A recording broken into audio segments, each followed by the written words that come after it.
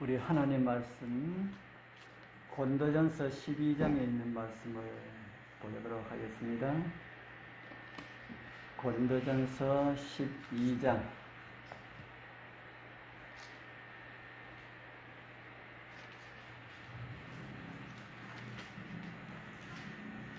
고린도전서 12장 10절에 있는 말씀을 같이 읽겠습니다. 고린도전서 12장 10절 다 찾으셨습니까? 12장 10절 어떤 사람에게는 시작 어떤 사람에게는 능력 행함을 어떤 사람에게는 예언함을 어떤 사람에게는 영들 분별함을 다른 사람에게는 각종 방언 말함을 어떤 사람에게는 방언을 통역함을 주시나니. 아멘. 그리고 11절에는 이 모든 일은 같은 한 성령이 행하사 그의 뜻대로 각 사람에게 나누어 주시는 것이니라 라는 말씀이 있습니다. 3일 동안도 잘 지내셨습니까?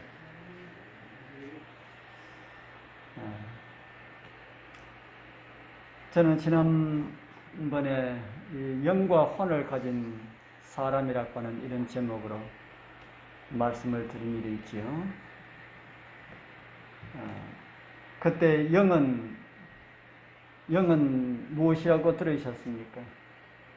영은 무엇이 영이다? 영은 하나님이 영이시다라고 말씀을 드렸지요. 히브리어의 영 그리고 신을 의미하는 단어는 엘로힘이라고 하는 단어를 씁니다. 그 말을 우리말로 번역하면은 신들이라는 그런 의미의 말입니다. 그래서 영들의 세계라라는 이 말은 신들의 세계라라는 말과 같은 말입니다. 신이 많을까요? 신이 많을까요? 신이 얼마나 많기에 신들의 세계라는 이런 말을 사용할까? 이런 생각을 하실지 모르지만 성경은 말하기를 신은 누구뿐이라고 말을 합니까? 신은 하나님뿐이라고 말을 합니다. 그런데 이런 말씀을 우리는 성경을 통해서 읽어볼 수가 있지요. 비록 하늘에나 땅에나 신이라 칭하는 자가 있어 많은 신과 많은 주가 있으니 하늘에나 땅에나 어떤 존재가 많다 합니까? 신이 많다는 것이 아니고 신이라고 불려지는 존재가 많다 하는 것이지요. 그러면 그런 신들이 이 세상에 나타날 때에 자기는 가짜 신이다 이렇게 하면서 나타날까요? 아니면은 나도 참신이다 이렇게 하면서 나타날까요?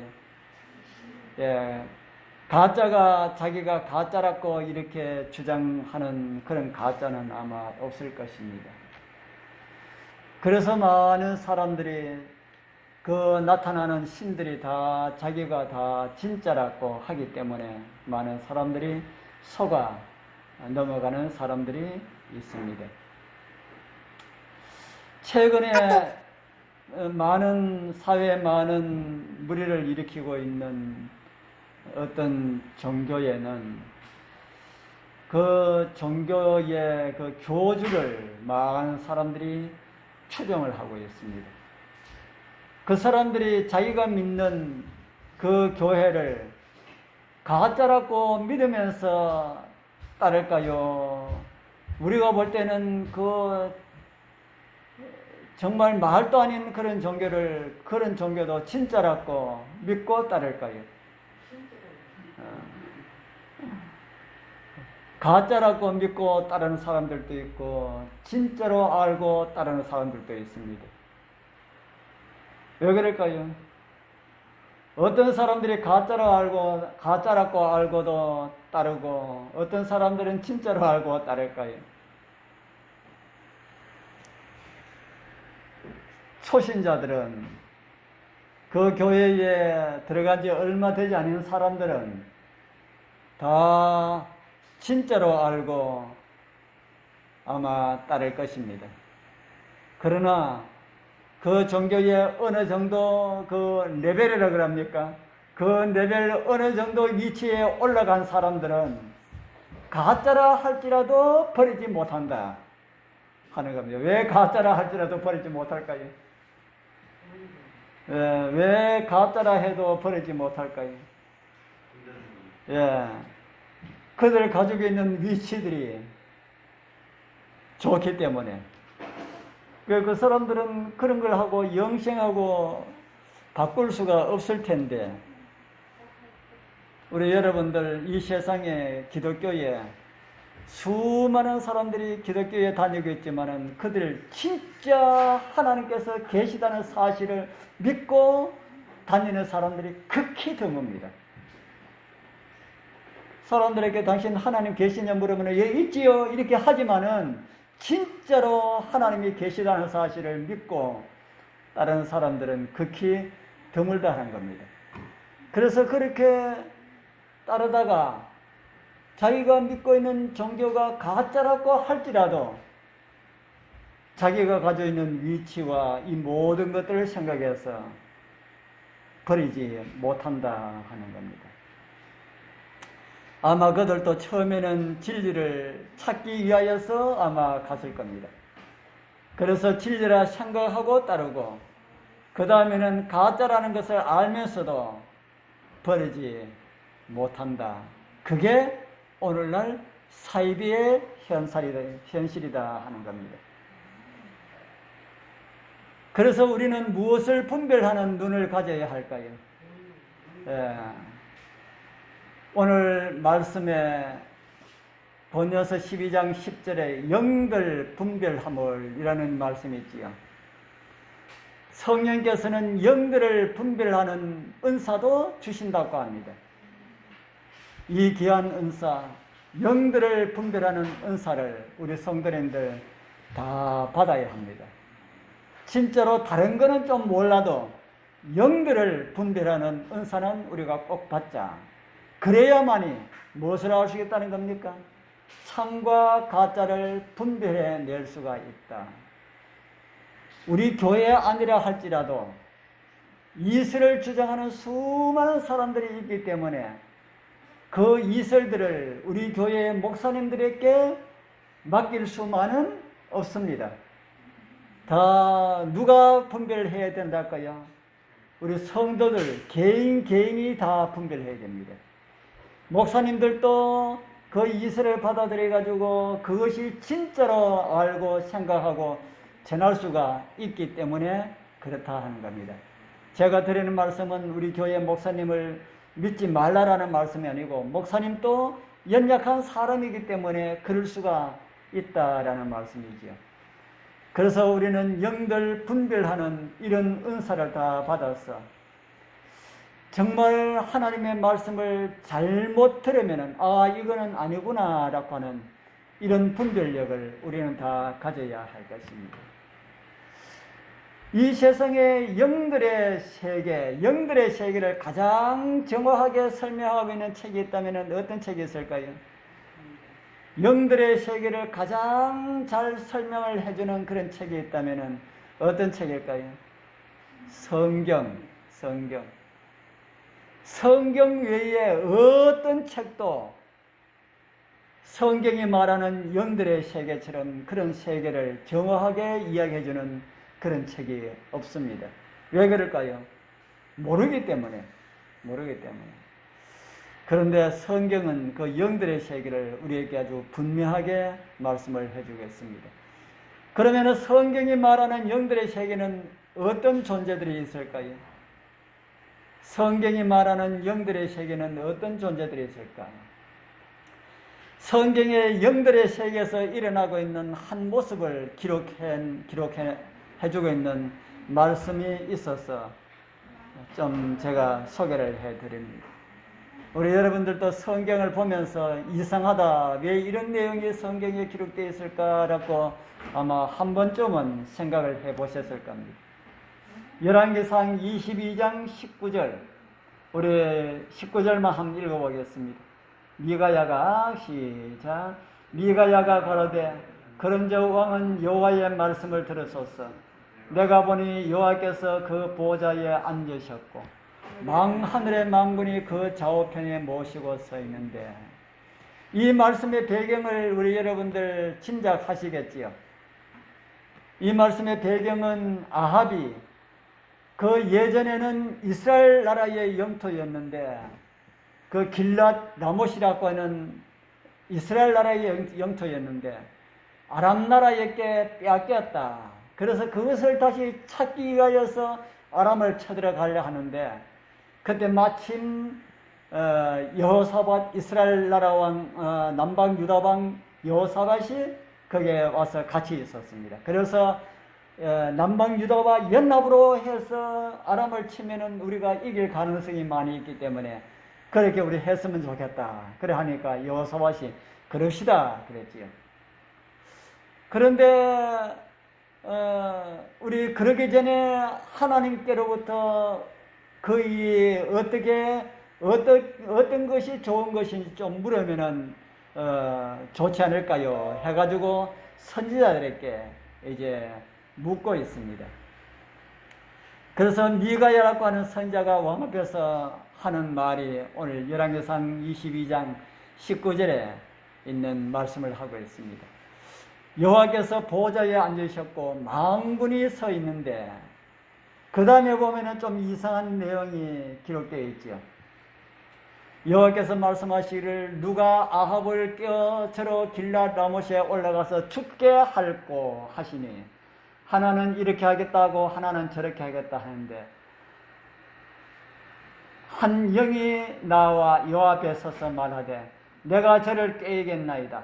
여호와께서 저에게 이르시되 어떻게 하겠느냐.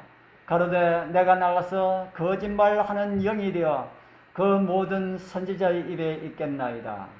여호와께서 가로사대 너는 깨이겠고 또 이루리라 말씀을 하셨습니다.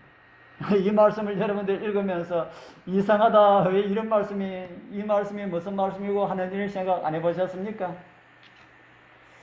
하나님께서 누구도 사용하신다는 것처럼 보입니까? 하나님께서 누구도 사용하신달까요? 거짓말하는 영도 사용하신다. 그렇게 보이지 않습니까? 하나님께서 거짓말하는 영도 사용하신다. 하나님께서 진짜 거짓말하는 영을 사용하실까요? 성경에 보니까 그런 것처럼 보이지 않습니까? 성경에 또 이런 말씀이 있습니다. 이 말씀은 우리가 많이 찾아본 말씀이지요. 하루는 하나님의 아들들이 와서 여호와 앞에 섰고 누구도 그들 가운데 있는지라요? 사단도 그들 가운데 있는지라. 사단이 참말하는 영입니까? 거짓말하는 영입니까? 거짓말하는 영이지요. 그래서 성경은 사단이 하는 일도 결국에는 하나님께서 다 책임을 지면서 하나님께서 하시는 일처럼 그렇게 보일 때가 많이 있다는 겁니다. 그런 것을 성경은 우리에게 그렇게 살짝 이렇게 보여주는 겁니다. 지금 사단이 어디에 있는 모습이 나옵니까? 여호와 앞에. 왜 사단이 여호와 앞에 있게 되었는지는 우리 여러분들 잘 아시죠? 저는 그 배경이나 그런 내용들을 설명하려고 하는 것이 아니고 오늘 영들의 세계를 찾다 보니까 영들의 세계 가운데 그 첫 번째는 하나님이 계신 것이고 그 다음에는 천사들이 있고 그리고 또 누구도 있다고요? 사단도 있고 악한 영도 있다. 그렇게 성경은 우리에게 가르쳐주고 있습니다. 그리고 우주에는 죄를 알지 못하는 무수한 사람들이 살고 있습니다. 이런 모든 것들이 다 영들의 세계다 하는 겁니다. 우리는 뭡니까? 우리는 이 지구는 육신의 세계입니다. 지구를 떠난 수많은 우주의 별 세계에 우리와 같은 세계의 사람들은, 우리와 같은 사람들은 다 영들이라고 그렇게 우리는 볼 수가 있습니다. 우리도 그렇게 될까요? 죄의 세상이 다 끝나고 죄가 다 세상에 없어지고 우리가 온전한 구원을 받아서 하늘에 거하고 또 이 땅에 거하게 될 때에는 이 우주는 다 영들의 세계로, 그것도 선한 영, 의로운 영들의 세계로 바뀌게 될 것입니다. 바로 그 죄를 알지 못하는 그런 존재들도 영들이라고 우리는 그렇게 이해를 할 수가 있습니다. 이곳에서 사탄은 어떻게 이곳에 있게 되었습니까? 어떻게 사탄이 이곳에 있게 되었지요? 이 지구에 사는 사람들을 미혹해서 아담의 장자권을 탈취해서 그곳에 있게 된 그런 사실들을 우리는 잘 알고 있습니다. 그러면은 하나님께서 이 사탄과 관계된 이런 죄의 문제들은 어떻게 처리하게 하게 될 것인가? 우리가 다 잘 알고 있는 내용이지만은 우리 다시 한 번 더 우리 복습하는 그런 의미에서 좀 살펴보고자 합니다. 죄는 누구로부터 시작되었다 그럽니까? 죄는 가장 완전했던 천사로부터 시작되었다. 성경은 그의 신분을 이렇게 말해주고 있지요. 인자야 두로 왕을 위하여 애가를 지어 그에게 이르기를 주 여호와의 말씀에 너는 완전한 인이었고 지혜가 충족하며 온전히 아름다웠도다. 이곳에 두로 왕은 그 지명은 이스라엘 나라 동쪽입니까? 서쪽에 나오는 해안에 나오는 그 두로, 그곳에 있는 두로 왕만을 가리키는 말이 아니다. 왜 두로 왕을 가리키는 말이 아닐까요? 너는 완전한 인이었다라는 이 말씀을 보면은 두로 왕은 역대 두로 왕이 몇 명이었는지는 알 수가 없지만은 그 두로 왕 가운데는 완전한 인으로 불려지는 사람은 몇 사람이 있었을까요? 한 사람도 없었을 것이다. 세상에 있는 사람들 가운데 완전한 사람들은 몇 사람이 있었을까요? 죄 짓기 전에 아담과 하와, 그 외에는 아무도 없었습니다. 그러니까 하나님을 알지 못하는 그 이방 나라의 왕이 어떻게 완전하다고 할 수가 있었을까? 그래서 두로 왕은 죄를 가지고 온 하늘 천사를 가리키는 말이라고 그렇게 이해할 수가 있다라는 말씀입니다. 본 성경절은 그를 가지고 그 사탄이 가지고 있었던 그런 어떤 면들을 우리에게 보여주고 있는데, 그 하나는 완전한 인이었고, 그 다음으로는 지혜가 충족하였고, 세 번째로는 온전히 아름다웠다, 그렇게 기록을 하고 있지요. 그 다음 말씀은 그가 얼마나 아름다웠는지 그리고 얼마나 완전하였는지를 그려주는 그런 모습을 우리에게 보여주고 있습니다. 13절이죠. 하나님의 동산 에덴에 있어서 각종 보석, 곧 홍보석과 황보석과 금강석과 황옥과 홍만호와 청옥과 청보석과 남보석과 홍옥과 황금으로 단장하였으며 내가 지음을 받던 날에 너를 위하여 소고와 비파가 예비되었었더라. 지음을 받을 때부터 완전하게 지음을 받았다. 성경은 이 존재에 대한 신분에 대해서 아주 많은 정보를 우리에게 주고 있습니다. 그가 어디에 있었다고 합니까? 어디에 있었다 그럽니까? 하나님의 동산에 있었다 했지요. 하나님의 동산. 하나님의 동산에 있으면서 그의 몸은 무엇으로 두르고 있었어요? 각종 보석으로 단장하였다. 지음을 받던 날부터 뭐가 예비되었고요? 악기가 예비되었고. 이 정도면은 좀 우리하고 좀 다른 존재라고 생각할 수 있겠습니까? 기웅이나 주비가 태어날 때에 엄마 아빠가 아마 퍼대기는 준비했을 겁니다. 그러나 우리 기웅이와 주비한테 주기 위해 가지고 뭐 악기를 준비했다든지 이런 거는 태어날 아기를 위하여서 그런 거 준비한 부모는 아마 없겠지요. 뭐 모릅니다. 아주 음악가 집안의 사람들은 그런 걸 준비할지 모르지만 일반적인 사람들은 아마 그렇게 생각하는 사람이 아마 없을 겁니다. 그래서 태어날 때부터 지음을 받을 때부터 이런 존재로 지음을 받았다. 그러니까 특별한 그런 존재로 지음을 받았다는 것이지요. 그 얼마나 특별한 존재인지는 그 다음 말씀에 또 우리에게 이렇게 보여주고 있습니다. 너는 기름 부음을 받는 무엇이라 그럽니까? 덮는 그룹. 그리고 하나님의 성산에 있어서 화강석 사이에 왕래하였다. 그렇게 말씀을 하고 있습니다. 이곳에서는 그의 신분을 좀 더 잘 알 수 있는 그런 단어를 발견할 수가 있는데 그것이 그룹이라고 하는 용어다. 그리고 또 하나는 어디에 있었다 그럽니까? 화강석 사이에 있었다. 화강석이 뭘 가지고 화강석이라 할까요? 화강석. 성경에는 어려운 내용들이 참 많이 나옵니다. 화강석.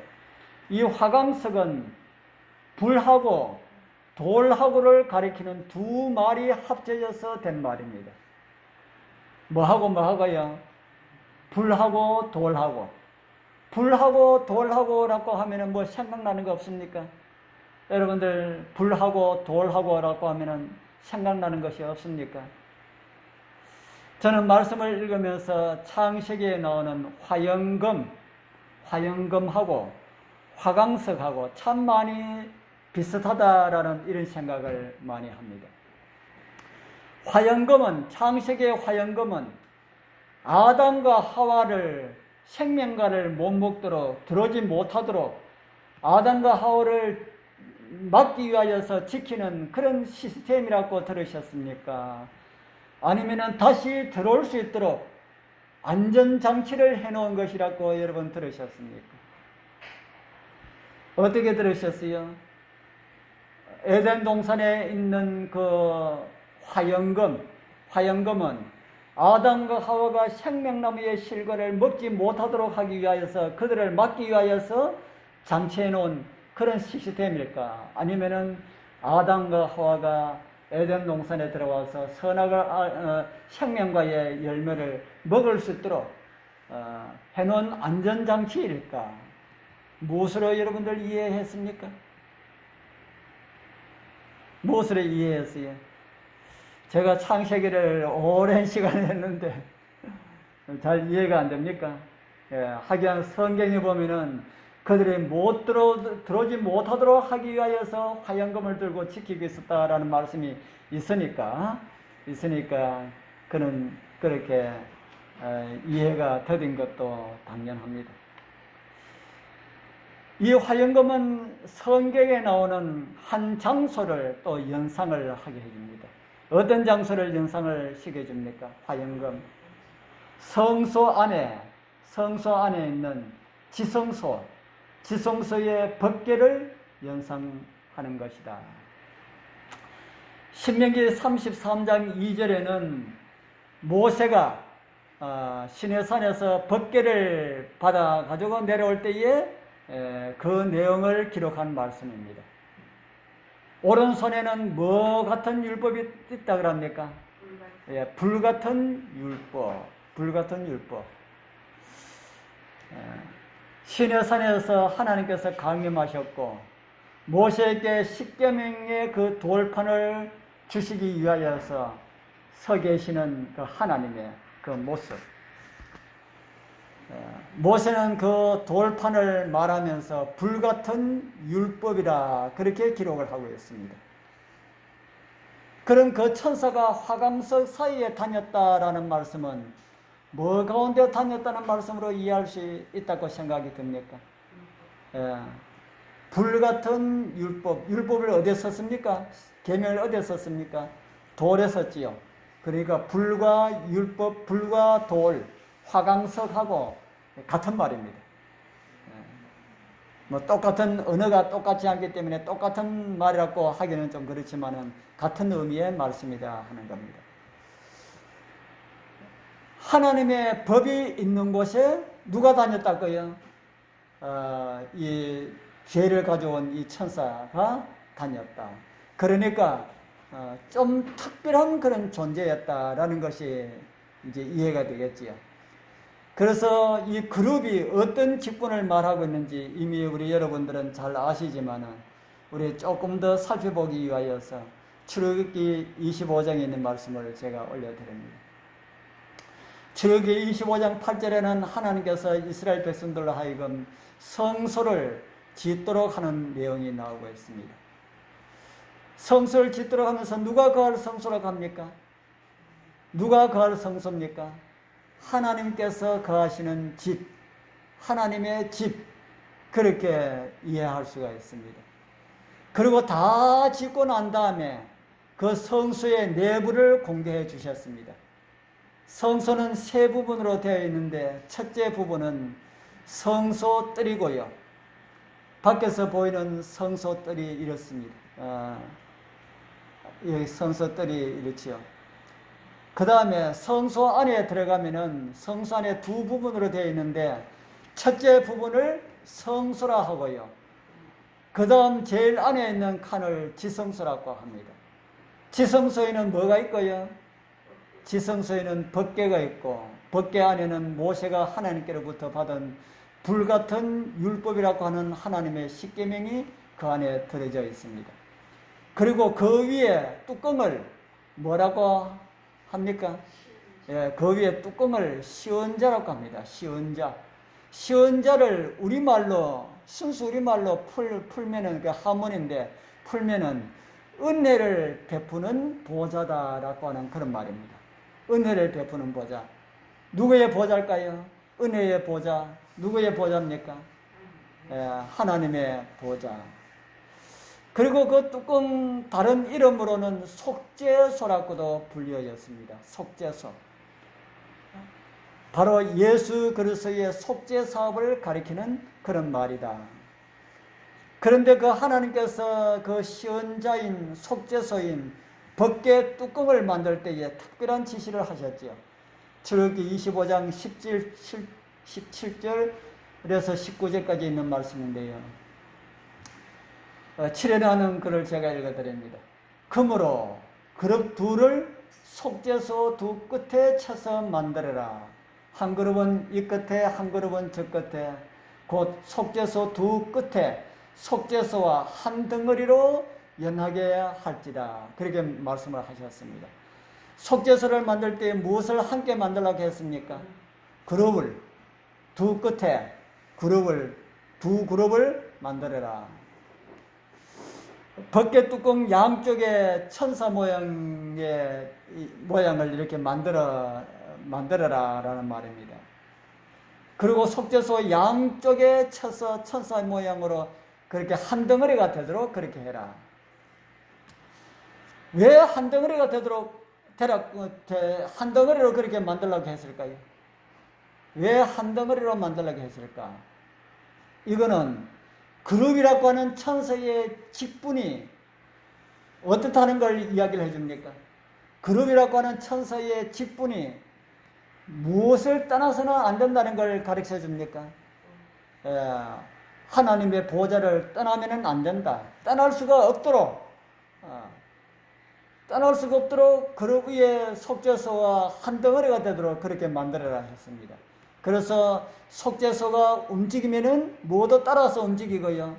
그룹도 따라서 움직이고, 그룹 따로, 속죄소 따로 움직이는 법이 움직이지 못한다 하는 것을 우리에게 보여주고 있습니다. 에스겔서의 그 다음 15절에는 이런 말씀을 또 우리에게 주고 있습니다. 내가 지음을 받던 날부터 내 모든 길에 완전하더니 마침내 불의가 드러났도다. 속죄소와 한 덩어리가 되도록 만들어라고 하는 이렇게 지음을 받았던 그 피조물이 얼마나 완전하게 지음을 받았을까요? 그래서 하나님께서도 선지자를 통해서 말씀하시기를 내 모든 길에 완전하더니 이렇게 기록을 하고 있습니다. 완전하게 지음을 받았다. 완전하게 지음을 받았다. 그런데 뭐가 드러났다고요? 불의가 드러났다. 어디서 불의가 생겼습니까? 완전한 데서 불의가 생겼다. 우리 여러분들 덜 완전하게 지음을 받고 이 세상에 살아가는 그 사실을 인하여서 감사하게 되길 바랍니다.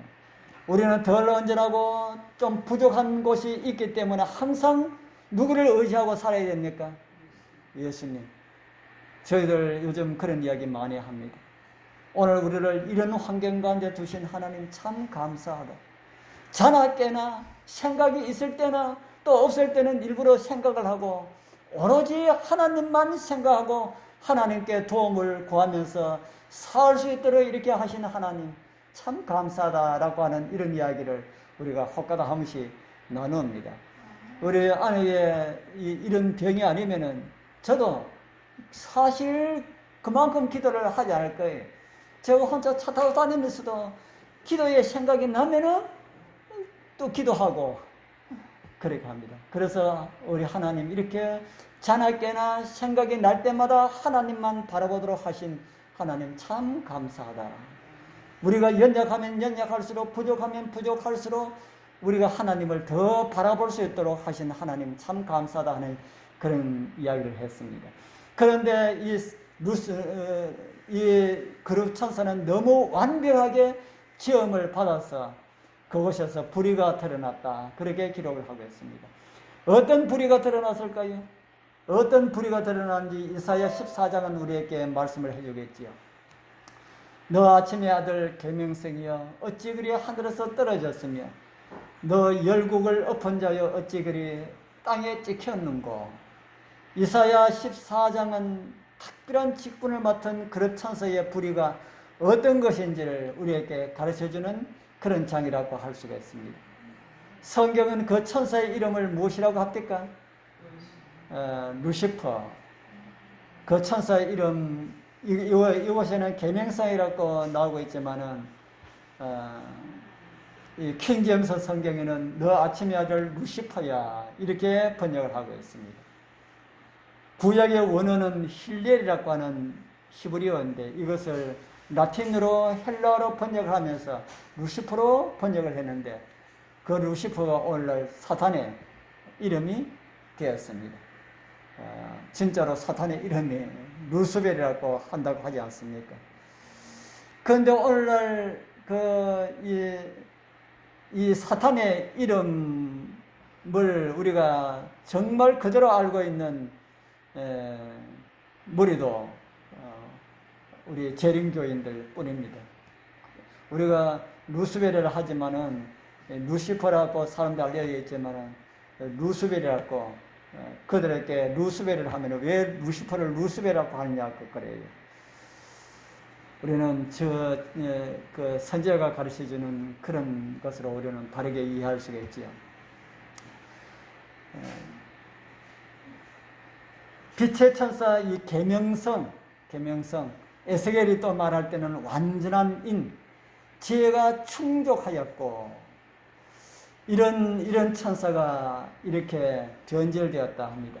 이사야 14장 그 다음 절은 또 이런 말씀을 우리에게 주고 있습니다. 네가 내 마음에 이르기를 내가 하늘에 올라 하나님의 묵별 위에 나의 보좌를 높이리라. 천사가 어떤 일을 감행했다 했는 걸 우리에게 보여줍니까?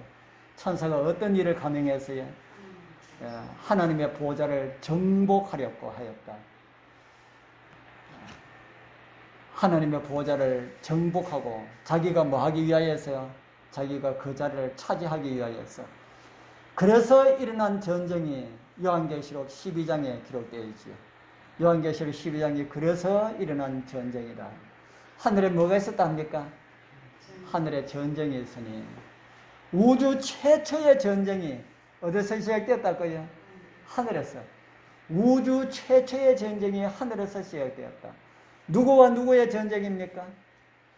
미가엘과 용의 전쟁이지요. 용의 신호는 우리가 지금까지 살펴본 바에 의하면 누굽니까? 그룹 천사. 그리고 그의 별명은 완전한 인, 지혜가 충족한 존재, 지음을 받던 날부터 악기가 준비되었던 자, 빛의 천사. 그 이름은 루시퍼다. 그럼 그가 대적하여서 사온 미가엘은 누굽니까? 미가엘이라고 하는 이름의 의미는 무엇이라고 그랬습니까? 미가엘이라고 하는 이름의 의미, 누가 하나님과 같은가, 이런 의미를 가지고 있습니다.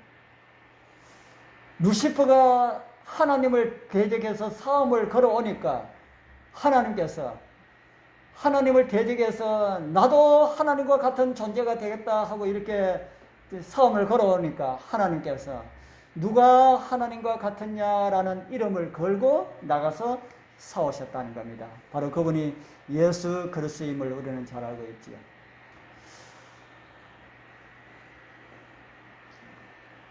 우리 조금 전에 읽은 말씀에서 루시퍼가 걸어온 그 싸움의 대상자가 누구인지 나옵니다. 내가 내 마음에 이르기를 내가 하늘에 올라 하나님의 뭇별 위에 누구를 향해 싸움을 걸어온 겁니까? 하나님을 향하여서.